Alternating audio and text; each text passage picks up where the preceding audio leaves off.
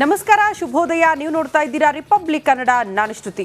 ನಟ ದರ್ಶನ್ಗೆ ಎಫ್ಎಸ್ಎಲ್ ವರದಿ ಕಂಟಕವಾಗೋ ಸಾಧ್ಯತೆ ಮತ್ತೆ ಇಬ್ಬರು ಆರೋಪಿಗಳ ಫೋನ್ ರಿಟ್ರೀವ್ ಮಾಡಿದಾಗ ರೇಣುಕಾ ಸ್ವಾಮಿಗೆ ಹಲ್ಲೆ ಮಾಡಿರುವ ವಿಚಾರ ಜೊತೆಗೆ ಆತ ಕೈ ಮುಗಿದು ಬೇಡ್ಕೊಂಡಿರುವಂತಹ ಫೋಟೋಗಳು ರಿಟ್ರೀವ್ ಆಗಿರೋದ್ರಿಂದ ಈ ಎಲ್ಲಾ ಬೆಳವಣಿಗೆಗಳು ಕೂಡ ನಟ ದರ್ಶನ್ ಮತ್ತು ಗ್ಯಾಂಗ್ಗೆ ಕಂಟಕವಾಗೋ ಸಾಧ್ಯತೆ.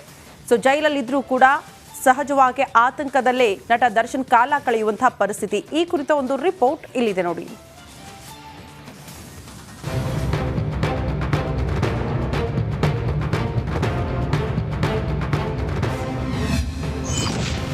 ಚಾರ್ಜ್ ಶೀಟ್ಗೆ ಎರಡು ವರದಿ ಬಾಕಿ.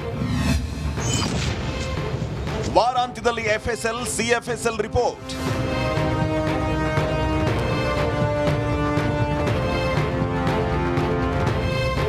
ರೇಣುಕಸ್ವಾಮಿ ಕೊಲೆ ಕೇಸಲ್ಲಿ ನಟ ದರ್ಶನ್ ವಿರುದ್ಧ ಪೊಲೀಸರು ಚಾರ್ಜ್ ಶೀಟ್ ಸಲ್ಲಿಕೆ ಮಾಡೋದಕ್ಕೆ ಸಿದ್ಧತೆ ಮಾಡಿಕೊಂಡಿದ್ದಾರೆ. ದರ್ಶನ್ ಹಾಗೂ ಅವರ ಗ್ಯಾಂಗ್ ವಿರುದ್ಧ 3 ರಿಂದ 4 ಸಾವಿರ ಪುಟಗಳ ಚಾರ್ಜ್ ಶೀಟ್ ಸಲ್ಲಿಕೆ ಮಾಡೋದಕ್ಕೆ ಸಿದ್ಧತೆ ಮಾಡಿಕೊಳ್ಳಲಾಗ್ತಾ ಇದೆ.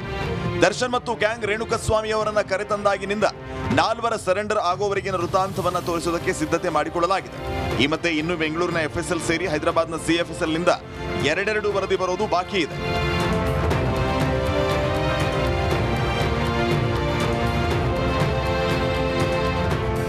ದರ್ಶನ್ ಖ್ಯಾತ ಸೆಲೆಬ್ರಿಟಿ, ಹೀಗಾಗಿ ಇದು ಹೈ ಪ್ರೊಫೈಲ್ ಕೇಸ್ ಅನ್ನಿಸಿಕೊಂಡಿದೆ.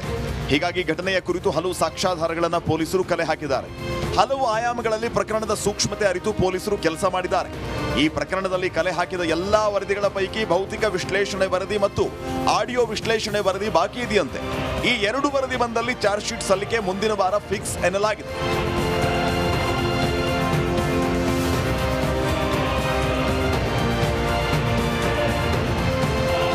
ರೇಣುಕಸ್ವಾಮಿ ಕೊಲೆ ಕೇಸಲ್ಲಿ ಸಿಆರ್ಪಿಸಿ 164 ಅಡಿ ಹೇಳಿಕೆ ದಾಖಲು ಮಾಡಿಕೊಳ್ಳಲಾಗಿದೆ. ಪೊಲೀಸರ ಮುಂದೆ ಒಂದು ಹೇಳಿಕೆ ನೀಡುವ ಸಾಕ್ಷಿಗಳು ಕೋರ್ಟ್ ಮುಂದೆ ಬೇರೆಯದ ಹೇಳಿಕೆಯನ್ನು ನೀಡುತ್ತಾರೆ. ಹೀಗಾಗಬಾರದು ಅನ್ನೋ ಕಾರಣಕ್ಕೆ ಒಟ್ಟಾರೆ 45ಕ್ಕೂ ಹೆಚ್ಚು ಸಾಕ್ಷಿಗಳನ್ನ ಕರೆತಂದು ನ್ಯಾಯಾಧೀಶರ ಮುಂದೆ ಹೇಳಿಕೆ ದಾಖಲು ಮಾಡಲಾಗಿದೆ. ಒಟ್ಟಾರೆ ಬೆಂಗಳೂರಿನ ಎಫ್ಎಸ್ಎಲ್ ಸೇರಿ ಹೈದರಾಬಾದ್ನ ಸಿಎಫ್ಎಸ್ಎಲ್ ನಿಂದ ಎರಡೆರಡು ವರದಿಗಾಗಿ ಪೊಲೀಸರು ಕಾದು ಕುಳಿತಿದ್ದು, ಈ ವಾರಾಂತ್ಯದಲ್ಲಿ ಈ ಎಲ್ಲಾ ವರದಿಗಳು ಪೊಲೀಸರ ಕೈ ಸೇರುವ ಸಾಧ್ಯತೆ ಇದೆಯಂತೆ. Crime bureau, Dhruvaraj, republic Kannada. Boss ಹೇಳಿದ್ರು ಅಂತ ಕೊಲೆ ಆರೋಪಿಗಳಾಗಿ ನಟಿಸಿದ್ದ 4 ಅನಾಥ ಪ್ರಜ್ಞೆ ಶುರುವಾಗಿದೆಯಂತೆ. ಜೈಲು ಸೇರಿ 2 ತಿಂಗಳಾದ್ರೂ ಕೂಡ ದರ್ಶನ್ ಪರ ವಕೀಲರು ಭೇಟಿ ಮಾಡಿಲ್ವಂತೆ. ಯಾರವರು, ಯಾಕೆ ಭೇಟಿಯಾಗಿಲ್ಲ ಅಂತ ಈ ಸ್ಟೋರಿ ನೋಡಿ.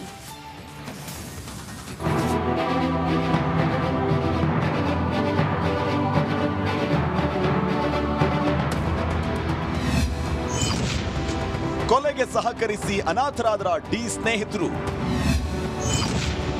ತುಮಕೂರು ಸೇರಿದ 4 ಅನಾಥ ಪ್ರಜ್ಞೆ. ಚಿತ್ರದುರ್ಗದ ರೇಣುಕಸ್ವಾಮಿ ಕೊಲೆ ಪ್ರಕರಣದಲ್ಲಿ ಕಂಬಿ ಎಣಿಸ್ತಾ ಇರೋ ನಟ ದರ್ಶನ್ ಅಂಡ್ ಗ್ಯಾಂಗ್ನ 2 ಭಾಗವಾಗಿದೆ. ಒಂದು ಗ್ಯಾಂಗ್ ಆನೇಕಲ್ನ ಪರಪ್ಪನ ಅಗ್ರಹಾರದ ಸೆಂಟ್ರಲ್ ಜೈಲಲ್ಲಿದ್ರೆ ಇನ್ನೂ 4 ಆರೋಪಿಗಳು ತುಮಕೂರು ಜೈಲಲ್ಲಿದ್ದಾರೆ. ರವಿಶಂಕರ್, ಕಾರ್ತಿಕ್, ಕೇಶವ್, ನಿಖಿಲ್ ತುಮಕೂರು ಊರುಕೆರೆ ಬಳಿಯ ರಂಗಾಪುರದಲ್ಲಿರುವ ಜಿಲ್ಲಾ ಕಾರಾಗೃಹಕ್ಕೆ ಸ್ಥಳಾಂತರಗೊಳಿಸಲಾಗಿದೆ. ಇವರು ಶಿಫ್ಟ್ ಆಗಿ 2 ತಿಂಗಳಾದರೂ ಯಾರು ಕ್ಯಾರೆ ಅಂತ ಇಲ್ವಂತೆ.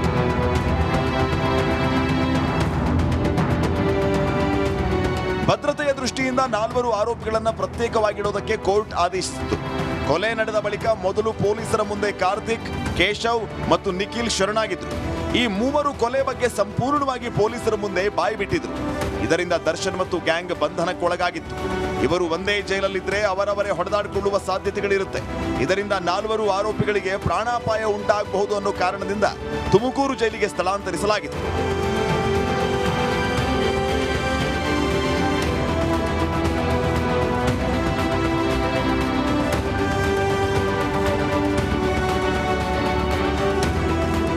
ದರ್ಶನ್, ಪವಿತ್ರ ಗೌಡ ಗ್ಯಾಂಗ್ ಸಿಕ್ಕಿ ಬೀಳೋದಕ್ಕೆ ಕಾರಣ ಆದವರು ಇದೇ 4. ಹೀಗಾಗಿ ಬಾಸ್ ಅಂತ ಕೊಲೆಗೆ ಸಹಕರಿಸಿ ಈ 4 ಆರೋಪಿಗಳು ಅನಾಥರಾಗಿದ್ದಾರೆ. ಕೊಲೆ ಕೇಸ್ನಿಂದ ಹೊರತರುವ ಮಾತು ಕೊಟ್ಟಿದ್ದ ದರ್ಶನ್ ಈ 4 ಜೈಲು ಸೇರಿದ ಬಳಿಕ ದರ್ಶನ್ ಸ್ನೇಹಿತರಾಗ್ಲಿ ವಕೀಲರಾಗ್ಲಿ ಭೇಟಿಯಾಗಿಲ್ವಂತೆ.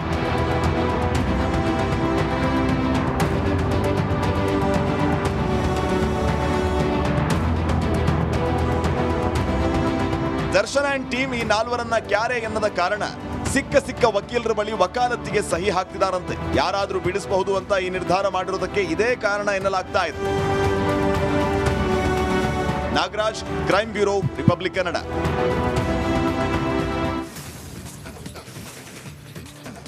ರೇಣುಕಾಸ್ವಾಮಿ ಕೊಲೆ ಮಾಡಿದ ಜಾಗದ ಬಗ್ಗೆ ಇನ್ನಷ್ಟು ಮಾಹಿತಿ ಕಲೆ ಹಾಕುವುದಕ್ಕೆ ಪೊಲೀಸರು ಶೆಡ್ ನಕ್ಷೆ ತರಿಸಿದ್ದಾರಂತೆ.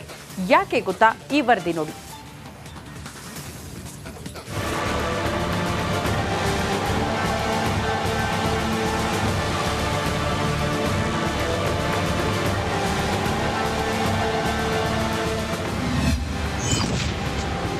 ಪೊಲೀಸರ ಕೈ ಸೇರಿದ ಪಟ್ಟಣಗೆರೆ ಶೆಡ್ ನಕ್ಷೆ ವರದಿ. ರೇಣುಕಸ್ವಾಮಿ ಹತ್ಯೆ ಇಂಚಿಂಚು ಮಾಹಿತಿ. ಚಿತ್ರದುರ್ಗದ ರೇಣುಕಸ್ವಾಮಿ ಬರ್ಬರವಾಗಿ ಹತ್ಯೆಗೀಡಾಗಿದ್ದಾರೆ. ಪವಿತ್ರ ಗೌಡಗೆ ಅಶ್ಲೀಲವಾಗಿ ಸಂದೇಶ ಕಳಿಸಿದ್ದ ಕಾರಣಕ್ಕೆ ಚಿತ್ರದುರ್ಗದಿಂದ ರೇಣುಕಸ್ವಾಮಿ ಅವರನ್ನ ಕರೆತಂದು ಬೆಂಗಳೂರಿನ ಪಟ್ಟಣಗೆರೆ ಶೆಡ್ನಲ್ಲಿ ಅಮಾನುಷವಾಗಿ ಕೊಲೆ ಮಾಡಲಾಗಿದೆ. ಇದೀಗ ಈ ಪಟ್ಟಣಗೆರೆ ಶೆಡ್ನ ನಕ್ಷೆಯನ್ನ ಪೊಲೀಸರು ತರಿಸಿಕೊಂಡಿದ್ದಾರಂತೆ. ಪ್ರಕರಣದ ಸಂಬಂಧ ಇನ್ನಷ್ಟು ಮಾಹಿತಿ ಕಲೆ ಹಾಕುವುದಕ್ಕೆ ಈ ನಕ್ಷೆ ಮುಖ್ಯ ಪಾತ್ರ ವಹಿಸಲಿದೆಯಂತೆ.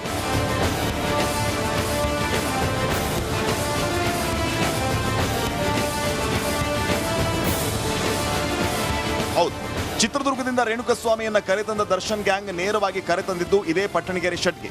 ಇಲ್ಲಿಗೆ ಕರೆತಂದ ಡಿ ಗ್ಯಾಂಗ್ ಎಲ್ಲಿಗೆ ಎಳೆದೊಯ್ದ್ರು, ಶೆಡ್ನಲ್ಲಿ ಕೊಲೆ ನಡೆದಿದ್ದು ಹೇಗೆ, ಕೊಲೆಗೂ ಮುನ್ನ ಶೆಡ್ನಲ್ಲಿ ಏನೇನೆಲ್ಲ ಆಯ್ತು, ಯಾವ ದಿಕ್ಕಿಗೆ ಶೆಡ್ ಇದೆ, ಹೇಗೆ ಕರೆತಂದ್ರು, ಶೆಡ್ ದರ್ಶನ್ ಮನೆಗೂ ಇರುವಂತಹ ದೂರವೆಷ್ಟು ಅನ್ನೋದನ್ನ ತಿಳಿಯೋದಕ್ಕೆ ಪೊಲೀಸರು ಈ ನಕ್ಷೆಯನ್ನ ತರಿಸಿದ್ದಾರೆ ಎನ್ನಲಾಗಿದೆಯಂತೆ.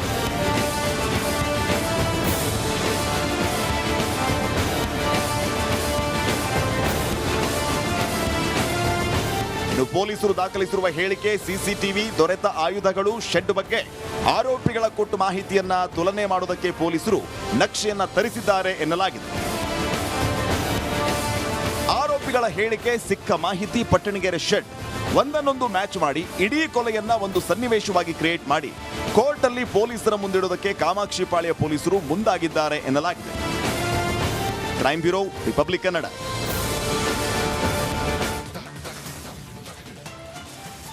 ಸಿನಿಮಾದಲ್ಲಿ ನಟನೆ ಮಾಡಿಕೊಂಡು ಚಿಕ್ಕಣ್ಣ ತನ್ನ ಪಾಡಿಗೆ ತಾನು ಇದ್ರು. ಮನೆಯಿಂದ ಶೂಟಿಂಗ್ಗೆ ಓಡಾಡಿಕೊಂಡು ಇದ್ರು. ಆದರೆ ಡಿ ಗ್ಯಾಂಗ್ ಸಹವಾಸ ಮಾಡಿ ಸ್ಟೇಷನ್ಗೆ ಅಲೆದಾಡುವಂತಾಗಿದೆ. ಈ ಕುರಿತ ಒಂದು ರಿಪೋರ್ಟ್ ಇಲ್ಲಿದೆ ನೋಡಿ.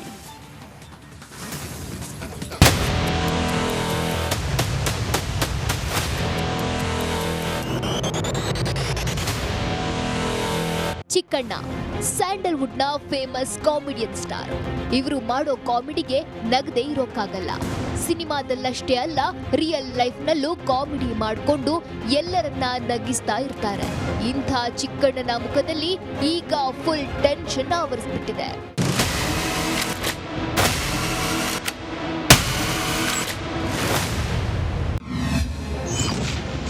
ಚಿಕ್ಕಣ್ಣನಿಗೆ ತಪ್ಪಿದ್ದಲ್ಲ ದೊಡ್ಡ ಸಂಕಷ್ಟ.